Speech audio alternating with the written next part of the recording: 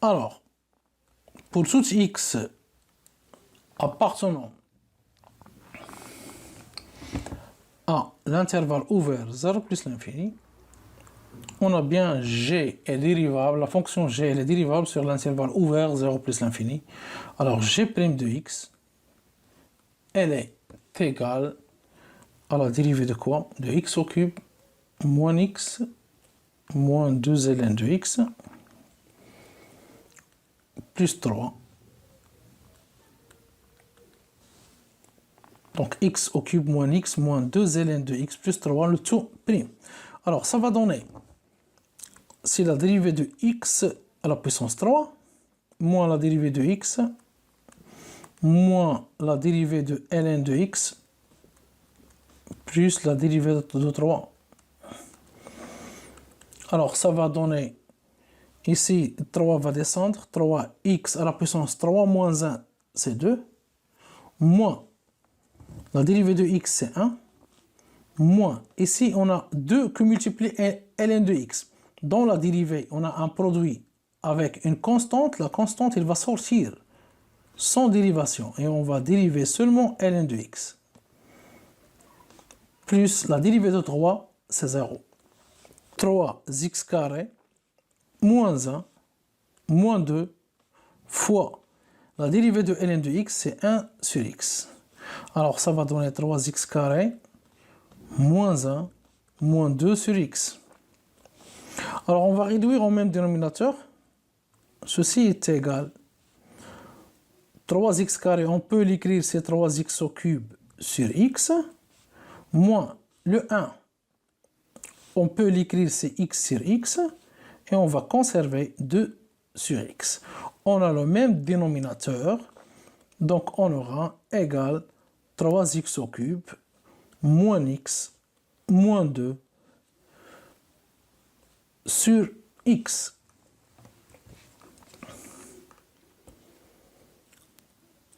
Donc, on a eu bien g' de x égale à quoi?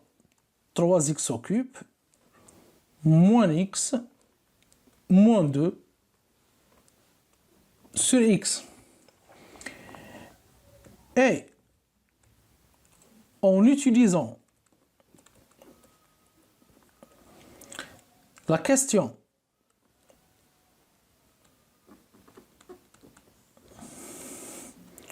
de la partie 1, la question 1A de la partie 1, la partie 1 du problème posé dans cet examen, on a bien montré dans cette question que 3x au cube moins x moins 2, elle est égale à x moins 1 facteur de 3x carré plus 3x plus 2. Donc, en remplaçant ici, dans cette égalité, on aura g' de x égale sur x, et on va remplacer le numérateur par cette expression. C'est égal à x moins 1 facteur de 3x carré plus 3x plus 2. Conclusion, pour tout x appartenant à 0 plus l'infini, g' de x est égal à x moins 1 facteur de 3x carré plus 3x plus 2 sur x. Alors, pour tout x appartenant à 0 plus l'infini, on a f est bien dérivable sur l'intervalle ouvert 0 plus l'infini, f' de x, elle est égale à x moins 1 plus x moins 1 plus ln de x sur x carré, le tout pris. Alors, avant de calculer la dérivée, simplifions ce qui est à l'intérieur.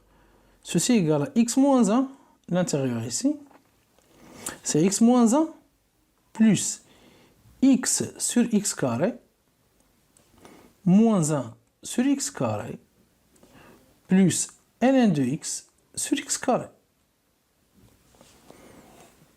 Bien. Ceci va donner x moins 1 plus x sur x carré, c'est 1 sur x, moins 1 sur x carré, c'est x à la puissance moins 2, plus ln de x sur x carré. Pris. Alors, ceci, on va le calculer comme ceci. On a, elle est égale à la dérivée de x moins la dérivée de 1 plus la dérivée de 1 sur x moins la dérivée de x à la puissance moins 2 plus la dérivée de ln de x sur x carré.